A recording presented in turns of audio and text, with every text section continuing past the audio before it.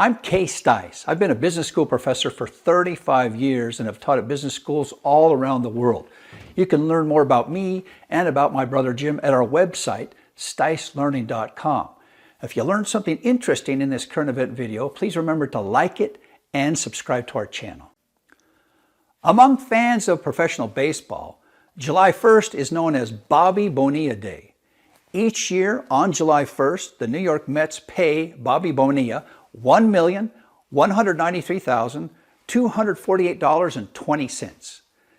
Well, for those of you familiar with professional baseball player salaries, you know that $1.2 million is not great, but it's also not bad. And it's especially not bad when you consider that Mr. Bonilla last played for the Mets in 1999. So why are the Mets paying an outfielder good money a full 20 years after he last played for the team? Well, here's a quick history lesson. I remember Bobby Bonilla from his time with the Pittsburgh Pirates in the late 1980s. Along with his teammate, Bobby Bonds, he formed the nucleus of an impressive offense. Bonds and Bonilla were known as the Killer Bees. Bobby Bonilla leveraged this success with the Pirates to sign a free agent contract with the New York Mets, his first contract with the Mets. His $6.1 million salary in 1992 was the highest in the league by more than $2 million. Bobby Bonilla's production in New York wasn't what it had been in Pittsburgh, and over the next 7 years, he bounced from one team to another, to the Orioles, then to the Marlins, then the Dodgers, and finally back to the Mets for the 1999 season. Mr. Bonilla signed a 2-year contract with the Mets. After 1 year, his production was poor enough that the Mets didn't want him back, even though they still owed him $5.9 million, whether he played for them or not. So the Mets released Bobby Bonilla, and then the negotiating began. Mr. Bonilla's agent had experience in the insurance industry, so he negotiated a deferred payment buyout of the $5.9 million that the Mets owed Bobby Bonilla for the 2000 season. The buyout contract gives Bobby Bonilla $1.2 million on July 1st of each year from 2011 through 2035, a total of 25 payments. Now, if you add that up, the 25 payments total $29,831,205. It seems like the Mets are way overpaying, but you have to consider the time value of money. $1 now is worth more than $1 to be received in the future.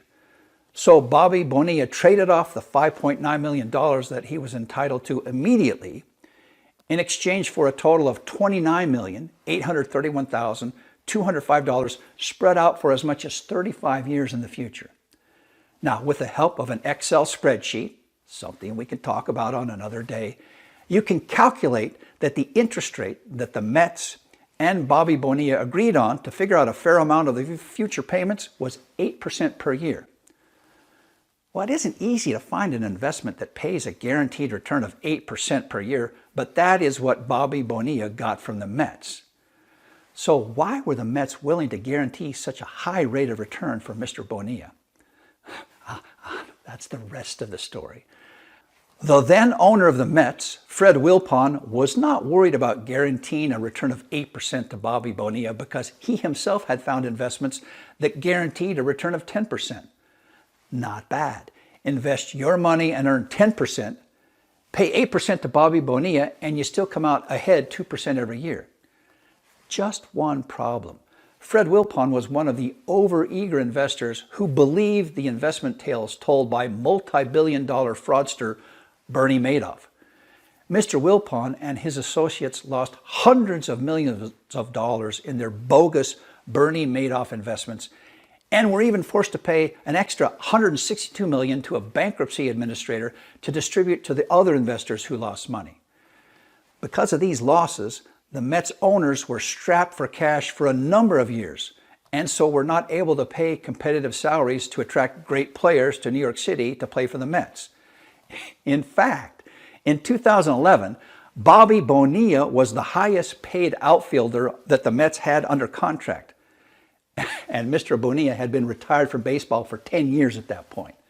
So, the next time July 1st comes around, tip your hat to the negotiating skills of Bobby Bonilla and his agent, who turned $5.9 million into $30 million.